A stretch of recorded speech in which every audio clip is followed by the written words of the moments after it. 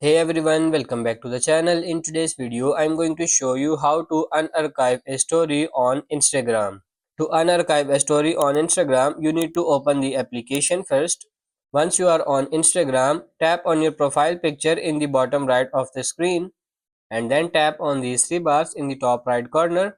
From here, scroll down and tap on this archive to access your archive stories. By default, the Stories archive will open, showing all your past stories. Scroll through and find the story you want to unarchive. Once you find the story, tap on it to open. Now tap on these three dots menu in the bottom right corner and simply tap on this share to repost it. Now your story will open in the new story editing screen where you can resize it, add music and add stickers and then simply post it. So that's pretty much it for this video. That's how to unarchive a story on Instagram. I hope this video was helpful. If it is, like it and subscribe to the channel. Thank you.